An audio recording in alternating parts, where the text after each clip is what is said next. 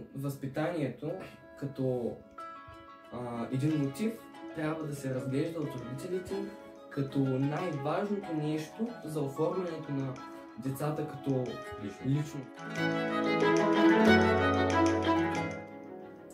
Това не е възпитание. Това е просто поредното дете, което е с провален живот. Трябва да има някаква концентрация на привързаност.